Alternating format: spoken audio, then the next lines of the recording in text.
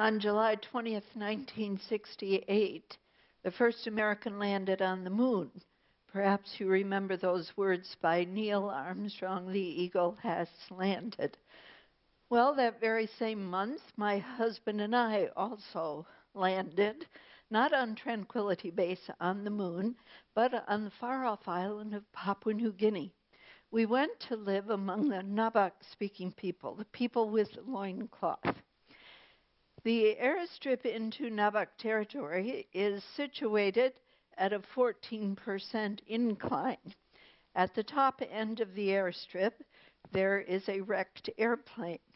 At the lower end of the airstrip, appropriately, there is a cemetery. I guess you could say I was not exactly exuding with confidence when we landed there. I was the first white woman that most of the Nabak people had ever seen, and they pinched me and patted me all over to see if, in fact, I was a woman. And our 4-month-old son was immediately passed from one woman to another. And I knew right then that Jonathan would have no problem winning the hearts of the Nabak people. But for myself, I can tell you I felt like an absolute outsider. And every day as we walked around that village trying to get acquainted, trying to learn their language, there was always this prayer in my heart: Lord, help me to fit in here somehow. And I'm here this morning to tell you that if God calls you to a task which requires radical obedience, I hope that you will say, "Yes, Lord, yes, yes, Lord," because He will not fail you. We had only been there a few days, and I realized that the Nabak people had given me a name, An Sadnang, white person. How flattering is that?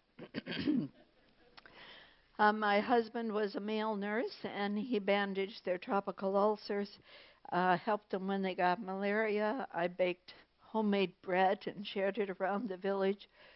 We repaired their sewing machines, taught reading classes, delivered their babies, and someplace along in there they changed my name to Imbi Sadnang, white woman. I guess I was moving up in Nabak society. Along with learning, we would go around the village pointing at different objects, hoping that they would give us the Nabak word for the object we were pointing at. And we would write this down as we had learned at SIL school on 3x5 cards in phonetic script with what we hoped was the correct definition in English. I'm talking pre-computer days here, folks. I would sit beside our cast iron stove in the evenings and alphabetize these cards. Woe be to, and put them into a shoebox. Woe be to anyone who tipped over the shoebox. I did notice as I was alphabetizing that sometimes we would get an identical word for what seemed very different objects. And it wasn't until several months later, that we figured out that the Nabak people do not point at things with their finger. Instead, they point with their chins. And so, of course, what they were saying was, "It's your finger, it's your finger, it's your finger." Along with learning the language, it was important to learn the culture. One day, one of my new Nabak lady friends came by to tell me that she was going across the village to her sister's, and they would go off to the coffee garden together. But then she went in the wrong direction. And I thought, now that's odd. Her sister lives straight across there. That's obviously the shortest distance. Why wouldn't she go that way? And I noticed that my husband and a young Nabak man were working together, having coffee break, actually. And so I stopped and asked Atak about this. And he said, well, you see that clump of trees there in the middle of the village? He said, those are Saiway trees. They are actually sacred Saiway trees. That is where the spirits live. So, of course, we don't go that way because we don't want the spirits to harm us. We don't even want the spirits to overhear what we are saying. And sure enough, there was a well-worn path all around the outskirts of the village. Well, wouldn't you know, just a few days later, I needed to go to the other side of the village. Now, I had always walked innocently past these Saiway trees, never giving it a second thought. But now, with this new information, I had to think, what is the politically correct thing to do here? I decided to keep walking past the Saiway trees because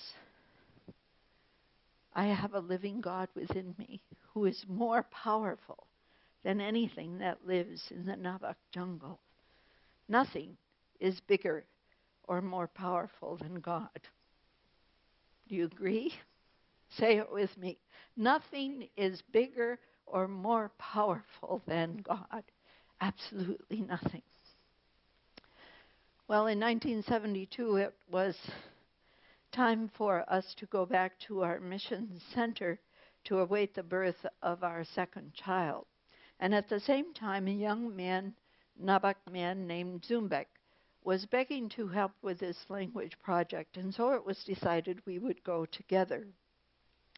I did give birth to a beautiful baby girl, but I had complications, and before the ordeal was over, I required 6 pints of blood.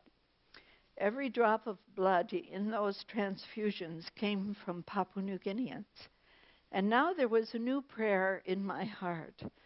Lord, their blood is flowing through my veins. I have become one with them in my body. But now, Lord, help me to become one with them in my spirit, in my thinking, in my understanding, so I can share your beautiful gospel with them. While we were there at the center, Zumbek clued me into something about their culture that I was not aware of before. He said that the Nabak people do not call each other by their given names. Instead, they call each other according to their birth rank. So, for instance, every firstborn son in the village has the same name, Ayu. And every third-born daughter, for instance, they all have the same name, the same birth rank. They found out that I am the fourth-born daughter in my family, and so they said, oh, well, then your name is really Dambi. You are fourth-born. And because I now had 2 children, they wanted to call me Mother Dambi. Was I really becoming a legitimate member of Nabak society? I certainly hoped so. While we were there, one morning Zumbek came to us and he said, you know, this word of God that we are translating, that Edmund and I are translating, he said, it's just shooting my insides like an arrow, piercing me. He said, last night I prayed and I asked Jesus to become the big man of my life. He said, I want to go on to Bible college, and we've talked it over as a family and have decided that my cousin Kondo would be the very best one to come and take my place at the translation desk. And he was certainly right, because Kondo was one of those prizes.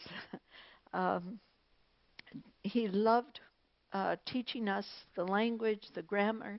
He loved mentoring us in the culture. He loved especially working on the Word of God.